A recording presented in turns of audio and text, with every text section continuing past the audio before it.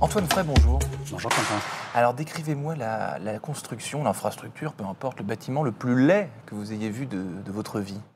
Sans froisser personne, évidemment. Je vais froisser personne, je ne donnerai aucun nom. Les bâtiments qui me semblent les plus disgracieux, c'est ceux qu'on rencontre très souvent à l'entrée de nos villes.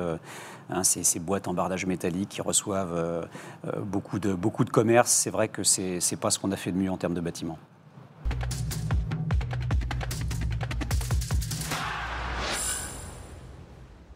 Bonjour à tous et bienvenue au Talk Dessineur du Figaro avec mon invité aujourd'hui Antoine Frey, patron du groupe immobilier éponyme Frey, donc une entreprise à mission certifiée Big Corp. Quand on construit, Antoine Frey, être entreprise à mission, ça se caractérise comment ? Parce que la construction, quoi qu'on en dise, c'est quelque chose qui pollue, la construction, on le sait. Toute activité humaine pollue. Le tout, c'est d'essayer de donner le plus de sens à cette activité pour que cette empreinte sur l'environnement ait une véritable utilité. C'est le sens d'une entreprise à mission, c'est définir, au-delà de la génération de profit, qui reste l'élément central d'une entreprise. On n'est pas une association à but non lucratif, on reste une entreprise, mais de définir quelle est notre utilité pour l'environnement, pour la société, pour les gens. Et comment est-ce que, parce que pardonnez-moi, c'est un peu un cliché, mais le monde de l'immobilier, on a tendance à dire, et on sait que c'est un peu vrai aussi, tout cliché a une part de vérité, c'est que c'est un monde un peu de requins parfois. Est-ce que vous avez l'impression d'être un peu tout seul dans ce côté, moi je suis immobilier, mais je suis quand même gentil, je suis entreprise à mission, etc. Est-ce qu'il y a des gens qui vous ont copié, ou alors est-ce que vous êtes désespérément seul ? Vous pensez que la presse, ce n'est pas un monde de requins. Tous les milieux économiques sont devenus des mondes de requins, ce sont des milieux qui sont excessivement compétitifs. L'immobilier n'échappe pas à cette règle. C'est vrai que c'est un monde très très compétitif, mais cette mission, le sens que l'on donne à ce que l'on fait, nous donne un avantage compétitif très très fort sur toutes nos parties prenantes. C'est un outil de conviction, c'est un outil d'attraction pour ces parties prenantes, pour nos collaborateurs, pour les collectivités qui reçoivent nos projets, pour nos actionnaires, pour nos banquiers, pour nos clients, pour nos fournisseurs. Donc, c'est un avantage compétitif énorme. Et donc, devenir une entreprise à mission n'est pas simplement un acte pieux, la main sur le cœur, c'est aussi un axe stratégique fort pour développer une entreprise demain. Et vous, votre déclic, Antoine Frey, à quel moment vous vous êtes dit, tiens, entreprise à mission, immobilier, il y a un truc à creuser? Mais un jour, je me suis retrouvé face à un opposant, quelqu'un qui militait contre la réalisation d'un de nos projets. Et cet opposant, c'était une femme, charmante d'ailleurs, qui ressemblait un peu à ma mère, et qui m'a posé une question à laquelle je n'ai pas été foutu de répondre. Elle m'a dit, mais monsieur, pourquoi est-ce que vous faites ce projet ? Et je me suis retrouvé comme un imbécile, à part lui dire, écoutez ma bonne dame, accessoirement parce que c'est ce que je sais faire le mieux, et puis pour gagner des sous et servir mes actionnaires, j'avais rien d'intelligent à lui répondre. Alors qu'en fait, depuis très longtemps, on faisait déjà tout un tas de choses très très bien au travers de ces projets. Donc, devenir entreprise à mission, c'était aussi un moyen de formuler clairement que le cœur de notre stratégie, c'est l'utilité de ce que l'on construit. Et si une dame qui ressemble à votre maman vous repose la même question aujourd'hui, Antoine Frey, vous lui répondez quoi ? Fort de la recette peut-être de chez Frey pour construire utile, pour construire durable, je vous la pose. Aujourd'hui, je pourrais lui répondre, la réponse prendrait très longtemps. Cette raison d'être, c'est remettre le commerce au service de l'intérêt collectif. Utiliser le commerce comme un vecteur de lien social, comme un vecteur de mixité urbaine, comme un vecteur de résilience économique locale et comme un vecteur de transition environnementale. Et pour nourrir ces 4 piliers, 15 objectifs très clairement identifiés qui abondent dans cette mission. Donc je crois que j'aurai de quoi lui répondre maintenant. Et les erreurs du passé, pas forcément les vôtres, mais de ce monde de l'immobilier qui a construit, peut-être sans prendre trop en préoccupation, est-ce que vous venez de me décrire les écueils, les erreurs à ne plus répéter aujourd'hui selon vous, c'est quoi ? La consommation de l'espace, on a compris aujourd'hui qu'on était dans un monde clos et qu'il fallait être capable d'être plus frugal en termes de consommation d'espace. On ne doit plus construire aujourd'hui sur des terres naturelles. Et ça, par le passé, c'est vrai qu'on n'a pas été particulièrement économe. Ne pas sacrifier sur l'autel de la praticité, l'esthétique de ce que l'on produit et l'expérience surtout que l'on apporte aux consommateurs, aux utilisateurs, qui doivent aujourd'hui être motivés pour quitter leur canapé et leurs écrans de téléphone ou d'ordinateur pour visiter un lieu de commerce physique. Je pense que ce sont les écueils à éviter maintenant.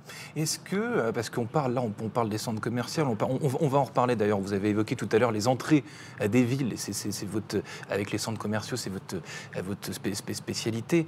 Est-ce que, parce qu'on là on parle de ça, il y a aussi les musées, il y a tout un tas, toutes les infrastructures sont concernées, c'est-à-dire qu'en gros, à l'instant T, ça arrange bien tout le monde pour des questions de profit ou pour d'autres, vous l'avez décrit, mais comment est-ce qu'on construit aujourd'hui des infrastructures, des bâtiments dont on est à peu près sûr que dans 15 ou 20 ans, ce ne sera pas une sorte de gros boutons au milieu de la figure, quoi, au milieu d'un territoire plutôt. C'est très difficile d'anticiper 20 ans à l'avance l'évolution des usages. Il y a 20 ans, Amazon n'existait pas.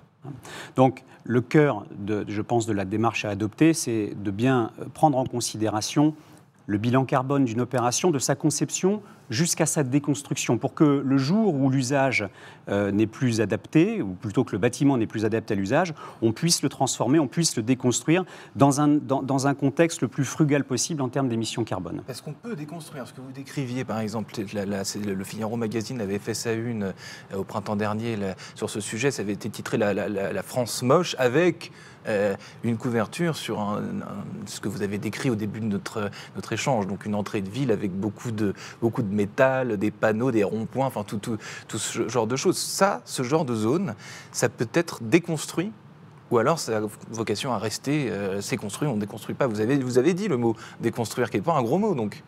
C'est pas un gros mot. Je voudrais déjà juste vous reprendre sur une terminologie, la France moche. 2/3 des Français font quotidiennement leurs courses, leur shopping dans cette France moche. Donc je pense qu'il ne faut pas les insulter et pas qualifier ça de moche. Même si c'est vrai, ces entrées de ville, elles ont été réalisées de façon disgracieuse, il faut le reconnaître. Mais elles sont aujourd'hui, de par l'occupation du sol qu'elles représentent et de par le stock de terre artificialisée qu'elles représentent, elles sont aujourd'hui une fabuleuse opportunité pour fabriquer la ville demain. Toutes les villes sur lesquelles la situation de création de logements est en tension vont pouvoir trouver sur ces zones commerciales, au travers de leur déconstruction, reconstruction, transformation justement, la capacité de développer les autres fonctions immobilières dont la ville a besoin, le logement, la logistique du dernier kilomètre ou autres, sur ces anciennes zones commerciales. Mais construire du logement, Antoine Frey, dans ces zones-là, telles qu'on les imagine, telles qu'on les voit aujourd'hui, c'est quelque chose de possible Mais c'est quelque chose qu'on a déjà réalisé chez Frey. On a livré une opération à Strasbourg où on a totalement transformé toute une zone commerciale sur une échelle de plus de 150 hectares. Et on vient de lancer, avec la Caisse des dépôts, un fonds justement pour pouvoir remembrer la propriété de ces zones commerciales et y travailler des opérations de très grande ampleur sur lesquelles on va pouvoir à la fois transformer le commerce pour le rendre compatible aux attentes des utilisateurs, des consommateurs, et permettre la création des logements à côté ou au-dessus de ces commerces. Parce que donc il y a le logement. Vous venez de le dire, il y a la consommation, mais en gros, un des écueils aussi, c'est de ne pas recréer des espèces de temples de la consommation et d'y ajouter, je ne sais pas moi, de la culture. On ne va pas déplacer le Mucem au milieu d'une zone commerciale, mais c'est un peu l'idée aussi, c'est de rendre, mettre un peu de culture là-dedans, de rendre de l'agréable, si on veut. L'idée, c'est de mixer les usages. Ces lieux de commerce, qui sont aussi des lieux très pratiques d'utilisation, permettent de recevoir aujourd'hui, on le voit dans nos opérations, des centres médicaux, des maisons, des associations, des écoles, des services publics. La ville s'est toujours fabriquée sur, j'ai envie de dire, un fond de sauce qui est le commerce, qui est la fonction qui active l'espace public. C'est autour du commerce, au-dessus du commerce, qu'on construira la ville demain et qu'on pourra apporter toutes ces nouvelles fonctions que vous appeliez. Je rebondis sur ce que vous disiez tout à l'heure, sur cette dame qui était de façon assez ardente opposée à un de vos projets immobiliers. Est-ce qu'aujourd'hui, vous voyez qu'avec votre recette, il y a moins de gens qui s'opposent à ça? Est-ce que le message passe auprès de tout le monde? Et s'il ne passe pas, c'est pour quelle raison? Alors, le message, il passe forcément beaucoup plus, parce qu'en prenant en compte toutes ces aspirations, les gens comprennent qu'on les a écoutées et qu'on a, dans cette démarche de conception, écouté leurs attentes et leurs préoccupations. Donc, on a finalement beaucoup moins d'opposition. Après, il existe toujours des irréductibles gaulois qui militent contre ces projets, plus par idéologie politique, entre nous que par véritable conscience environnementale ou sociétale. Et la concurrence dans tout ça, Antoine Frey, qu'est-ce que vous observez en coulisses? On décrivait effectivement ce monde de requins qui est caricatural, mais est-ce que vos concurrents s'adaptent à ce que vous faites? Est-ce que vous voyez qu'il y a une sorte de... Voilà, tout le monde maintenant a compris que c'est une recette, peut-être pas la recette Frey, mais une recette en tout cas qui marche. Je n'ai pas de concurrents, j'ai que des confrères. Hein. Et on partage ensemble nos bonnes pratiques pour faire évoluer les uns les autres nos opérations dans le bon sens en retenant ce que font les autres de bien. On s'est parfois inspiré de ce que font ses confrères à certaines occasions. Donc c'est une industrie qui est en marche pour se transformer aujourd'hui. L'une de vos spécialités, ce sont les centres commerciaux. Donc, comment se portent les centres commerciaux en ce moment? Et là aussi, j'ai envie de dire que les centres commerciaux, il y a de tout, que ce soit dans... Parce qu'il y a des centres commerciaux extrêmement jolis, et je ne parle pas du bon marché rive gauche, en province, il y a des tas de choses jolies aussi. Mais qu'est-ce que les centres commerciaux aujourd'hui, ça marche plus? Pourquoi? Qu'est-ce qui se passe dans ces espaces qui sont symboliques de la consommation à la française? Alors notre spécialité, ce sont les centres commerciaux de plein air. Et ça a toute son importance dans ma réponse, puisque ces centres commerciaux aujourd'hui de plein air sont plébiscités par les utilisateurs qui ne veulent plus se retrouver enfermés dans des lieux de commerce physique. Ils fonctionnent excessivement bien. Les chiffres d'affaires, les croissances de chiffres d'affaires sur l'année 2022 ont été très bons. Et ces centres fonctionnent très bien. Donc à tous les Cassandres qui avaient prédit la disparition du commerce physique à l'aune de l'évolution du commerce en ligne, aujourd'hui on s'aperçoit que le commerce physique ne mourra pas, il se transforme, il doit encore se transformer, mais il ne mourra pas.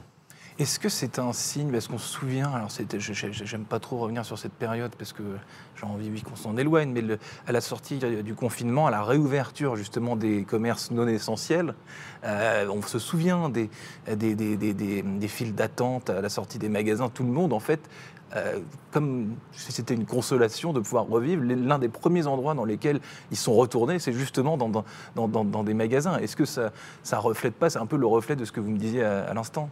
Et ça le reflète. D'ailleurs, je vous invite à retrouver une étude dont vous vous êtes fait l'écho dans le Figaro il y a quelques mois. Le premier loisir non numérique des Français, devant le sport, c'est le shopping. Le premier loisir qu'on partage en famille, entre amis, c'est d'aller faire du shopping, c'est-à-dire se déplacer dans un lieu de commerce physique, pour peu qu'il soit agréable et convivial, et aller y faire du shopping. Donc, il ne faut pas oublier ça. On a vu pendant le confinement à quel point les villes étaient tristes quand ces commerces étaient fermés.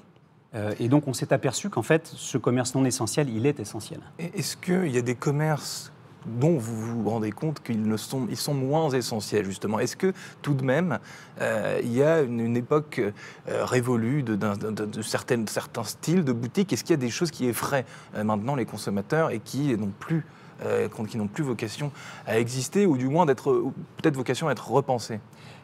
Ce n'est pas des concepts qui effraient les consommateurs, ce sont des évolutions. Pendant un certain temps, l'équipement de la personne, le vêtement, le textile, la chaussure était très très prédominant dans le mix merchandising des centres. Aujourd'hui, c'est moins le cas parce qu'on achète peut-être moins de vêtements, moins de chaussures.